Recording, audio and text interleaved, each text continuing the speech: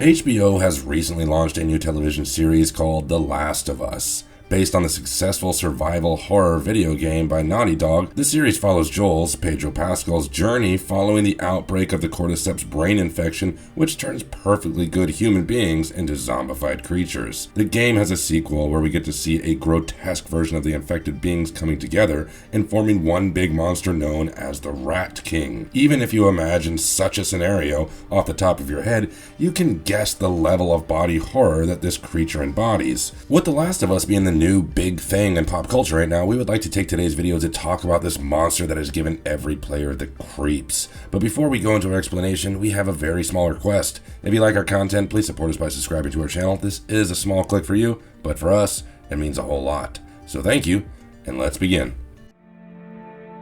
But they ain't.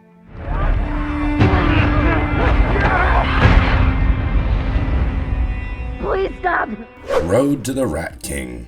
The Last of Us Part 2 is set approximately 25 years after the outbreak of the cordyceps brain infection. This means that the infection has had enough time to marinate and mutate into something even more grotesque. This sequel takes place 5 years after The Last of Us Part 1, with the 19-year-old Ellie, who is immune to cordyceps, now acting as the protagonist. Abby Anderson acts as a dual protagonist. Meanwhile, Joel is in his 50s during the events of the game and goes from being the protagonist in the first game to a secondary playable character in the sequel. The game kicks off with Joel and Ellie living in Tommy's settlement. The place is peaceful for its time and thriving within its means. The players also have a decent social life, but the constant threat of contracting the infection perpetually looms over all of their heads. However, things cannot move forward in the time of peace, and Ellie soon faces a great tragedy. Previously, Ellie had a target on her head for being immune to the cordyceps, as everyone believed that she was the key to learning how to reverse the infection. However, it was soon revealed Ellie would have to die, which Joel did not stand for. So he killed the head surgeon, Jerry Anderson, while trying to rescue and escape with Ellie. Now, Jerry had a daughter named Abby who began to despise Joel for killing her father, so she swore vengeance upon the man and was adamant about hunting him down, which is exactly what happened in The Last of Us Part 2. Following Joel's death, Abby goes back to Seattle and gets involved in the mess with the zombified humans. A series of events led her to a Seattle hospital building as the players need to get medical supplies. However, this is where she finds spore-filled rooms on the lower floors, and she ultimately finds herself in Ground Zero. Here is where Abby gets attacked by the Rat King, which is an enormous infected being comprising of clickers, stalkers, and one huge bloater who have all been amalgamated into one being thanks to the cordyceps fungus. Abby is left with no choice but to run when the Rat King catches up to her, and together they crash into the lower level. Here, the player has to fight the Rat King as Abby, and soon revealed that you cannot kill the enemy at once. The only way to defeat it is by breaking the infected hosts apart from the main body and then destroying them all piece by piece.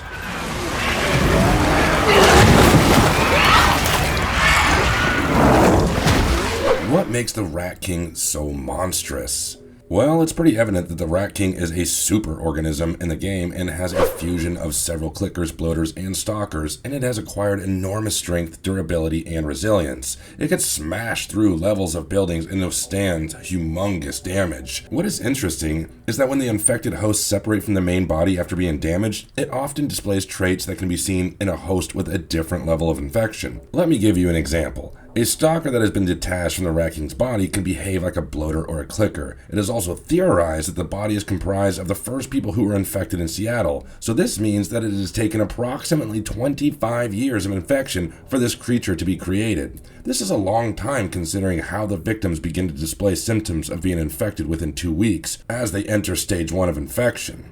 This stage creates the runners, who are very fast but attack poorly. They also orchestrate their attacks in hordes since they are not too strong. Within the first 2 weeks to a year, the host turns into the stalker during its second stage of infection. As a stalker, the beings stalk its prey in the dark, waiting for the right moment to seize the opportunity to attack. Following a year, the host enters stage 3 as they mutate into the clickers. As clickers, the beings do not have their sight, but instead use echolocation like dolphins to compensate for it. Clickers are also much stronger than runners and stalkers. The fourth stage witnesses the infected turn into bloaters while on land and shamblers in water. bloaters have armored plates all over their bodies. They can throw the plates to attack their enemies, using them as spore bombs. However, they are quite vulnerable to fire. Meanwhile, their counterparts, or the shamblers, are not nearly as strong as the bloaters. Instead, they attack by latching onto the victim's body and eroding their skin with the acid released from the spores. After a shambler is killed, the spores explode at once from the body, releasing the cordyceps infection into the air. Under rare circumstances, and over the period of 2 decades, the infected in enclosed spaces begin to fuse with one another due to the fungus, giving rise to the grotesque Rat King that Abby has had to face. Naturally, it is the strongest out of all who have been infected, so much so that the player is advised to save ammunition such as bombs and flamethrowers from the get-go for this stage alone. The gameplay does not have very promising lighting for this section either, which has been intentionally done to make the Rat King all the more menacing. The player has to simultaneously locate the Rat King, inflict damage, and avoid the creature during this stage, which is tough considering how the Rat King can charge through attacks due to its terrifying resilience.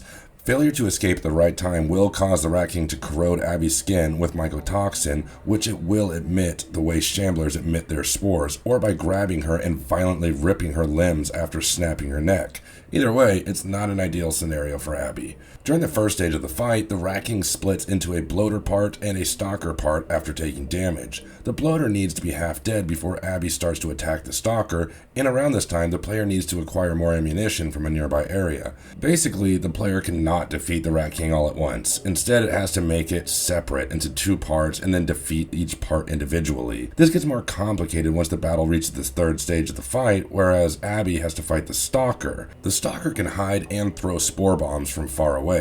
The best method to win here is by getting closer to the stalker and defeating it in a melee combat, primarily because that would take away the stalker's opening to throw more spore bombs at you.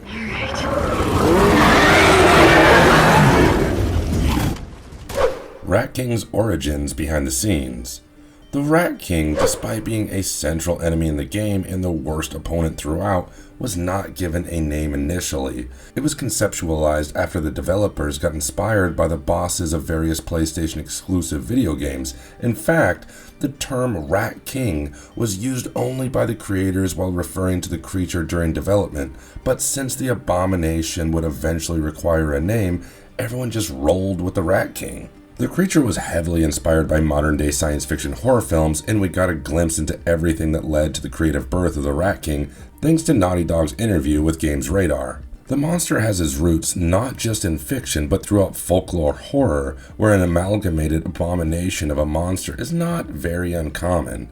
Time and again, we have seen the movies, television series, and anime where weaker creatures have fused with one another to create grotesque but stronger creatures.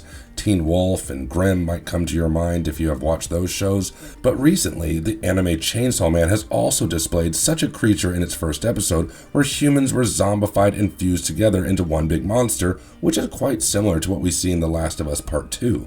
However, the main source of inspiration behind the Rat King is not actually fiction at all. In the 1500s, rats would often be found with their tails tied to one another. In fact, Disney's Cinderella boasts several scenes where we can just see the rats intertwining their tails. It was in the year 1576 that the servants in Antwerp spotted rats who had knotted their tails into a tangled mess.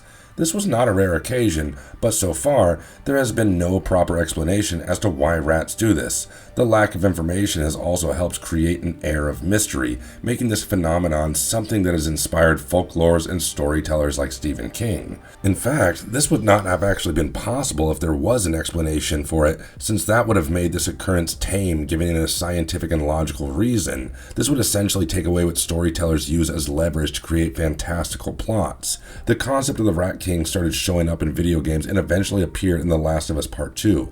Not only does it act like a menacing enemy, but it also emphasizes how horrifying the cordyceps brain infection truly is, considering the Rat King mostly comprises those who had been infected during the early stages of the outbreak, but were confined to closed spaces to avoid spreading the infection. A Rat King also appeared in Destiny 2, where 6 players had to go against it, making Abby's case even more foreboding considering she had to do it by herself. However, it is necessary to remember that the Rat King is not a proper fusion of the infected. If it was, it would not branch out into the bloaters and the stalkers on sustaining damage. It would just be one single being. Naughty Dog had conceptualized the Rat King before the launch of The Last of Us, but they did not have an opening to make it fit into the first storyline with Joel and Ellie's journey, so eventually they found the chance once Abby became the protagonist, finally putting their exciting idea into action. In the storyline, Abby goes through several trials, which begin with the death of her father. She later goes on to avenge her father, overcome her fear of heights, and tries to get supplies for Yara's arm as she tries to redeem herself. Through several obstacles, she is glad about the worst being over, only for her to soon experience the worst there truly is. Not only does this make the game horrifying in terms of visuals and gameplay, but playing as Abby makes you realize how horrifying the situation is for her. The developers and creators teased the monster's presence before its appearance, as its grunts could be heard from far away. What initially sounded like a regular infected zombie groan soon turned into a subsonic rumble the closer Abby got to the Rat King. Its appearance was actually inspired by the 2018 movie Annihilation, directed by Alex Garland. It was the mutant bear scene that acted as the blueprint for the Rat King, with the deformed bear being audible before its appearance. It first made its mark as a guttural exhale, then a wheezy breath, then a foreboding shadow, and finally as the terrifying deformed creature that it truly was. The sound designer of The Last of Us Part 2 had used a similar trick to introduce the Rat King, making it the reason for the players hearing the cries of a stalker at random moments. Naturally, those screams escalated into bigger vibrations, giving us a tease of what truly lies beneath it all. The short film Zygote, directed by Neil Blomkamp, was another inspiration behind the Rat King, and come to think of it, the zygote with the average human body is formed following the fusion of the male and female reproductive cells. The animators at Naughty Dog brought together fleshy growths on the rat's back with ragdoll physics to create a gelatinous effect. This effect made the monster actually creepier because there's something inherently disgusting about a big, ugly monster when it's slimy.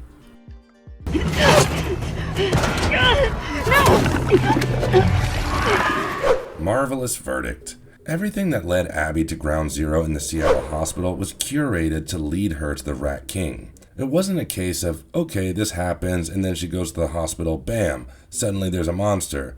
No, the monster came first and the storyline followed, proving that the Rat King has always been the center of it all.